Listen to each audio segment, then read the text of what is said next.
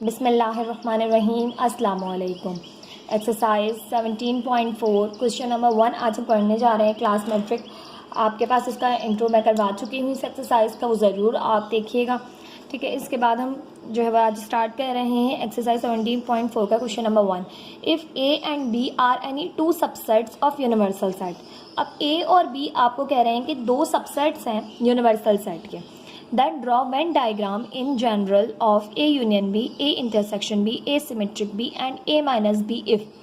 तो आपने Venn diagram draw करनी है। ठीक है, इन जनरल यानी कि आपके पास कोई भी यहाँ पर सेट्स नहीं दिए हुए जाएंगे, आपने जस्ट एज्यूम करके यहाँ पर वेन डायग्राम बनानी है।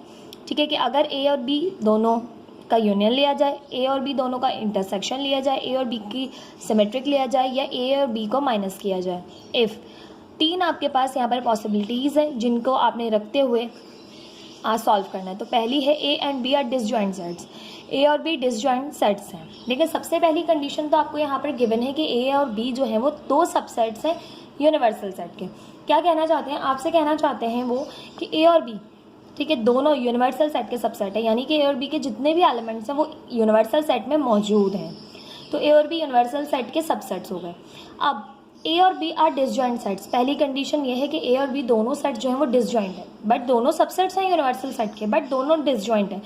फॉर एग्जांपल मैं आपको यहाँ पर एग्जांपल से समझाने की कोशिश करती हूँ कि देखिए यूनिवर्सल सेट अगर आपको गिवन है 1 2 3 4 5 6 7 8, ठीक, और आपके पास ए सेट है 1 2 3 4 और बी सेट है आपके पास 5 6 7 8। ए और बी दोनों सबसेट्स हैं यूनिवर्सल सेट के। ठीक है, यानी जो ए सेट और बी सेट के एलिमेंट्स हैं वो दोनों यूनिवर्सल सेट में मौजूद हैं, मगर ए और बी दोनों डिसजॉइंट सेट्स हैं, यानी ए और बी के दोनों के एलिमेंट्स आपके पास एक दूसरे के अंदर नहीं आते। जब एक दूसरे से बिल्कुल एलिमेंट डिफरेंट हों दोनों सेट्स के अंदर तो वो आपके पास डिसजॉइंट सेट्स होते हैं, यानी कि एक भी एलिमेंट ऐसा ना हो जो दोनों में कॉमन हो, तो ऐसे सेट्स डिसजॉइंट सेट्स कहलाते हैं। तो अब ए और बी डिसजॉइंट सेट्स हैं, तो आपने क्या फाइंड करना है, इन दोनों का यूनियन, इन दोनों का इंटरसेक्शन, इन दोनों का सिमेट्रिक, इन दोनों को सब्ट्रैक्ट करना है। ठीक है, तो स्टार्ट करते हैं। सबसे पहले आपके पास A and B are disjoint set. अब मैंने आपको एक एग्जांपल तो दे दी, अब हमें इन जनरल करना है। ठीक है, इन जनरल मतलब यानी कि आपने कोई भी यहाँ पर जो है वो सेट यूज़ नहीं करना है। ठीक है, तो अब हम सबसे पहले क्या करेंगे, तो हमें यहाँ पर गिवन है कि आपने ए और बी का सबसे पहले यूनियन लेना है। ठीक है, अगर ए और बी डिसजॉइंट सेट है तो पहले आप ए यूनियन बी फाइंड करें। स्टार्ट करते हैं। अब वेन डायग्राम बनाने के लिए सबसे पहले आपने एक रेक्टेंगुलर बॉक्स बनाना होता है। ठीक है, रेक्टेंगुलर बॉक्स बनाएंगे यहाँ पर।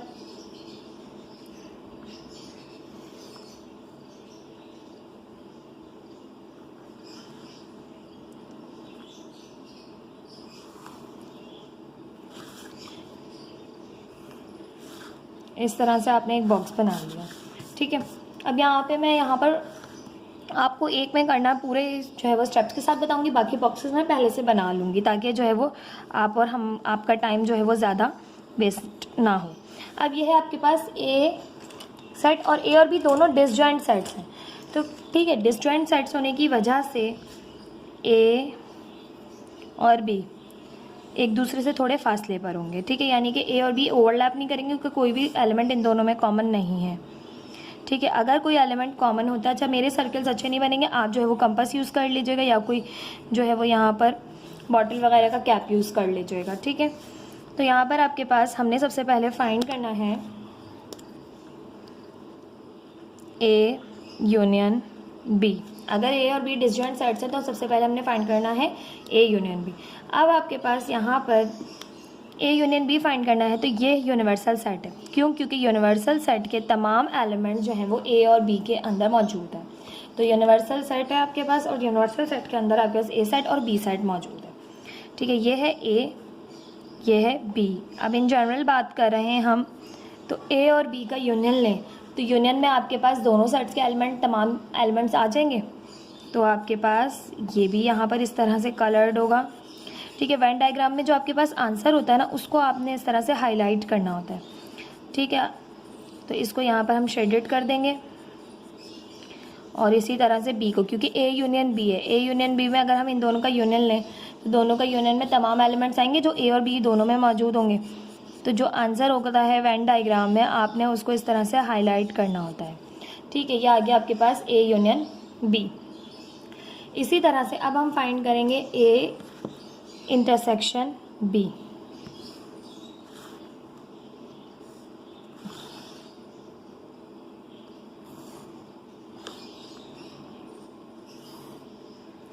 ठीक है, ये आपके पास है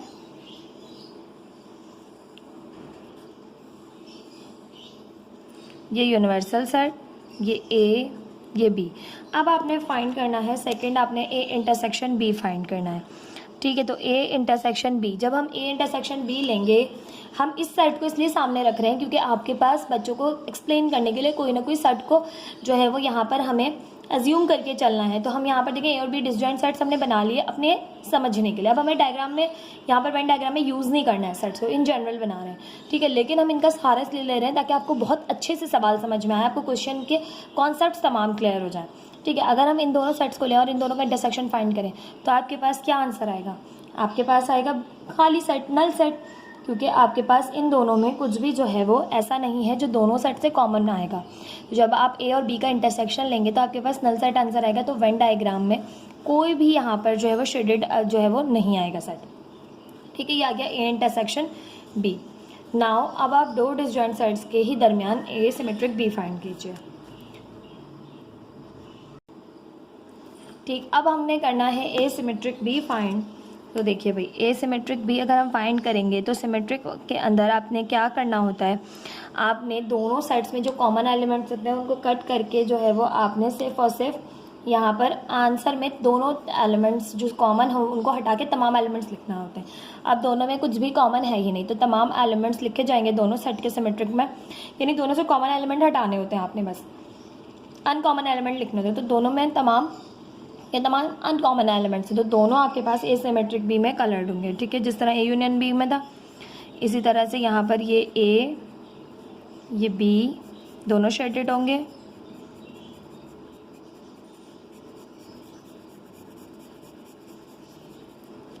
और ये तो यूनिवर्सल सेट है। ठीक है, अब है आपके पास ए माइनस बी। माइनस में आपने क्या करना होता है, ए माइनस बी आपने करना है। ठीक है, तो ए माइनस बी मीन्स बी के जितने भी एलिमेंट्स ए में मौजूद हैं वो आपने माइनस करके ए के तमाम एलिमेंट्स बचे हुए लिखने हैं। तो बी के कोई भी एलिमेंट ऐसे हैं ही नहीं जो ए में आ रहे हों। ठीक है, बी के कोई भी एलिमेंट ए में नहीं आ रहे, तो सिर्फ और सिर्फ आपके पास जो आंसर में आएंगे एलिमेंट्स वो सिर्फ और सिर्फ ए के एलिमेंट्स होंगे। ठीक है, तो आपके पास ए जो है वो यहाँ पर शेडेड हो जाएगा वेन डायग्राम में। ठीक है, सिंपल से क्वेश्चन है, आपको समझ आ रहे होंगे। ठीक है, ये आ गया आपके पास ए माइनस बी। अब पेंसिल से जो है ना मैं थोड़ा सा यहाँ पे कलर कर रही हूँ, आप लोगों को आई होप समझ में आ रहा होगा, नज़र आ रहा होगा प्रॉपर। ठीक है, ये आपके पास है पार्ट 1। इसमें हमने तमाम कर लिए कि ए और बी डिसजॉइंट साइड्स हो, तो ए यूनियन बी भी फाइंड किया, ए इंटरसेक्शन बी भी, ए सिमेट्रिक बी भी और ए माइनस बी भी। अब पार्ट 2 करते हैं। पार्ट 2 में आपसे कह रहे हैं A and B are overlapping sets. A and B are overlapping sets. अब ओवरलैपिंग सेट्स क्या होते हैं, यानी ए के कुछ एलिमेंट बी सेट के अंदर मौजूद हैं, ओवरलैपिंग हैं, यानी और बी में कुछ ना कुछ कॉमन जो है वो आपके पास एलिमेंट्स मौजूद हैं, ओवरलैप हो रहे हैं। ठीक है, तो यहाँ पर ज़रा सा करेंगे इन जनरली, बट मैं आपको समझाने के लिए कोई एक सेट यहाँ पर कंसिडर कर लेती हूँ। ठीक है, तो ए है आपके पास अगर 1 2 3 4 और बी सेट है आपके पास 2 4 6 8। देखिए 2 4 इसमें भी है, 2 4 इसमें भी है, इट मीन्स ओवरलैपिंग सेट्स हैं। ठीक है, ये हो गया ओवरलैपिंग सेट्स। एग्जाम्पल हमने एक तरह से ले ली, अब हम इन जनरली करेंगे ताकि हमें यहाँ पर कोई कन्फ्यूजन ना हो। मैं यहाँ पर जो है वो इस तरह से वेन डायग्राम ड्रॉ कर लेती हूँ, फिर आपको एक्सप्लेन करती हूँ। अब आपके पास है A and B are overlapping sets, यानी ए सेट के एलिमेंट बी सेट के अंदर भी मौजूद है और बी सेट के एलिमेंट ए सेट के अंदर भी मौजूद है। ठीक है, तो आपने ये चारों जो है वो फाइंड करने, ए यूनियन बी भी फाइंड करना है, इंटरसेक्शन बी भी, ए सिमेट्रिक बी भी और ए माइनस बी भी, इन चारों के लिए। ठीक है, इन चारों का भी आपने ओवरलैपिंग सेट्स के लिए मालूम करनी है वेन डायग्राम। अब सबसे पहले हम कर लेते हैं यहाँ पर ए यूनियन बी। ठीक है, यहाँ पर करेंगे ए इंटरसेक्शन बी, यहाँ पर करेंगे ए सिमेट्रिक बी और यहाँ पर करेंगे ए माइनस बी। किसके लिए? 2 ओवरलैपिंग सेट्स के लिए। ठीक है, अब ओवरलैप है, इट मीन्स कि आपके पास ए और बी में कुछ ना कुछ कॉमन एलिमेंट्स मौजूद होंगे। जब ओवरलैप होते हैं तो आप वेन डायग्राम में इस तरह से डायग्राम बनाते हैं। ठीक है, यानी ओवरलैप हो रहे होंगे, एक दूसरे के ऊपर आ रहे होंगे। ठीक है, अब आप कंपास यूज़ कीजिएगा या बॉटल वगैरह का कैप यूज़ कीजिएगा तो आपसे बहुत अच्छे से ये राउंड सर्कल्स जो है वो बन रहे होंगे। यहाँ पर मैं जस्ट आपको समझाने के लिए सिंपल से बना रही हूँ। ठीक है, अब ये यूनिवर्सल सेट है। यूनिवर्सल सेट के तो आपके पास सबसेट्स हैं ए और बी, बट ए और बी अब ओवरलैप भी हैं। ठीक है, तो ओवरलैप हो रहे हैं, ये ओवरलैपिंग है इन दोनों की। ठीक है, तो ये सेट है, ये बी सेट है। अब अगर आपने ए यूनियन बी फाइंड करना है तो ए यूनियन बी के अंदर आपके पास दोनों सेट्स के जितने भी एलिमेंट्स होंगे वो तमाम के तमाम आ जाएंगे आंसर में। तो ये पूरी की पूरी यहाँ पर ए कंप्लीटली कलर्ड होगी इस तरह। ठीक है, इसको पूरा हाईलाइट करेंगे, ये आएगा आपके पास ए यूनियन बी। ठीक है, अब आपने ओवरलैपिंग सेट्स का इंटरसेक्शन फाइंड करना है, तो इंटरसेक्शन के अंदर दोनों सेट्स में जो कॉमन एलिमेंट्स होते हैं वो आते हैं। ठीक है, तो ए और बी में दोनों में कॉमन कौन से हैं? जो इन दोनों में ओवरलैप हो रहे हैं। ठीक है, ओवरलैपिंग ही दोनों की यहाँ मिड में लिखे जाते हैं आपके पास, जो दोनों में मौजूद हो कि भाई ये इसमें भी है और ये इसमें भी मौजूद है।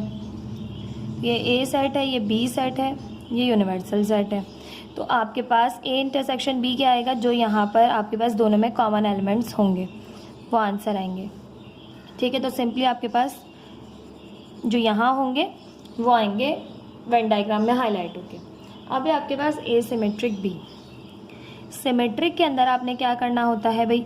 सिमेट्रिक के अंदर आपने दोनों साइड्स में जितने भी कॉमन एलिमेंट्स होते हैं उनको माइनस करके बाकी रिमेनिंग दोनों साइड्स के एलिमेंट को लिखना होता है। अब दोनों में जो कॉमन है वो ओवरलैप हो रहे हैं, तो इट मीन्स ये ओवरलैपिंग वाले माइनस हो जाएंगे, कट जाएंगे, और बचेगा क्या? तो ये रिमेनिंग बचेगा यहाँ से।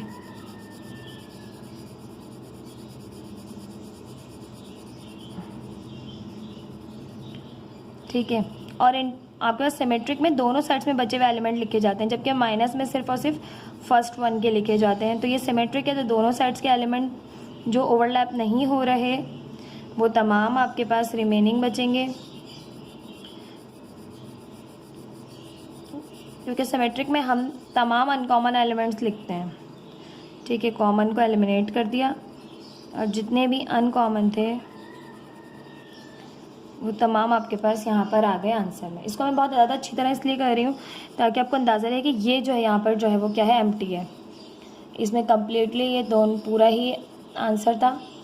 ठीक है, अब ए माइनस बी करें तो ए माइनस बी का मतलब है आपके पास जितने भी बी सेट के एलिमेंट ए सेट के अंदर मौजूद हैं वो आपने माइनस कर देना है। यानी ए सेट के अंदर जितने भी बी सेट के एलिमेंट हैं यहाँ पर होंगे ना, वो जो कॉमन है, तो वो आपने माइनस करना है, और आंसर में हमेशा पहले सेट के एलिमेंट्स को लिखा जाता है माइनस में। ठीक है, यानी आपने ए में से बी को माइनस करना होता है ना, तो बी के एलिमेंट जो ए में मौजूद है उन्हें माइनस करके बाकी तमाम एलिमेंट्स ए के रिमेनिंग लिख दिए जाते हैं। तो जस्ट आपके पास वेन डायग्राम में ये ए का जो रिमेनिंग रीजन है ये इस तरह से शेडेड होगा। आई होप आपको समझ में आता जा रहा होगा। मेरी कोशिश है मैं काफ़ी जो है वो इजी करके आपको ये वेन डायग्राम जो है एक्सप्लेन करूं। बच्चे कंफ्यूज हो जाते हैं बहुत ज़्यादा। ठीक है, अब यहाँ पर हैवी इन जनरल तो बच्चे थोड़ा सा ज़्यादा परेशान हो रहे हैं कि किस तरह से होंगे क्वेश्चन। तो ये आपके पास आ गया ए माइनस बी 2 ओवरलैपिंग सेट्स का आंसर। ठीक है, तो इस तरह से आपके पास सिर्फ और सिर्फ ए का जो रिमेनिंग रीजन है वो यहाँ पर शेडेड होगा। अब पार्ट 3 कर लेते हैं। पार्ट 3 है इसका A is a subset of B. अब आपके पास है A is a subset of B. अगर ए सबसेट है बी का तो देखें अब हमारे पास सेट्स क्या हो जाएंगे। अगर ए सबसेट है बी का तो ए के अंदर आपके पास आ रहे हैं 2 4 6 और बी के अंदर आ रहा है 1 2 3 4 5 6। तो ए सबसेट है बी का। ठीक है, ए सबसेट है किसका? बी का। यूनिवर्सल सेट के तो ये हैंगे, तो पहली कंडीशन ही ये थी कि A and B are any 2 subsets of universal set. ये तो पहली कंडीशन थी, तो है ही। लेकिन ये दोनों यूनिवर्सल सेट के सबसेट्स हैं। मगर अब ए भी जो है वो बी का क्या है? यहाँ पर सबसेट है। अगर ए बी का सबसेट है तो ए के अंदर आने वाले तमाम एलिमेंट्स बी के अंदर आ रहे हैं। देखें 2 4 6 2 4 6 आ रहे हैं।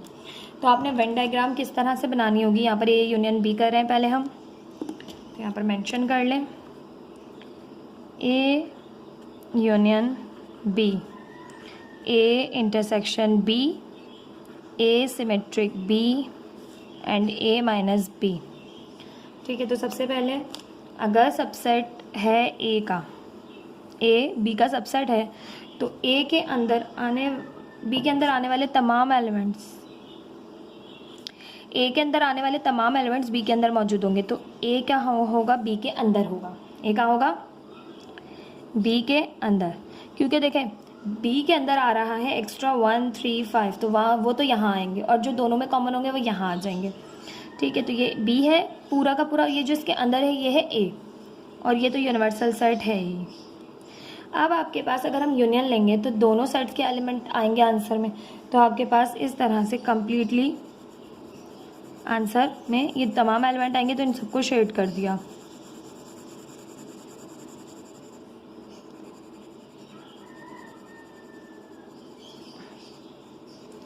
ठीक है, ये आपके पास है ए।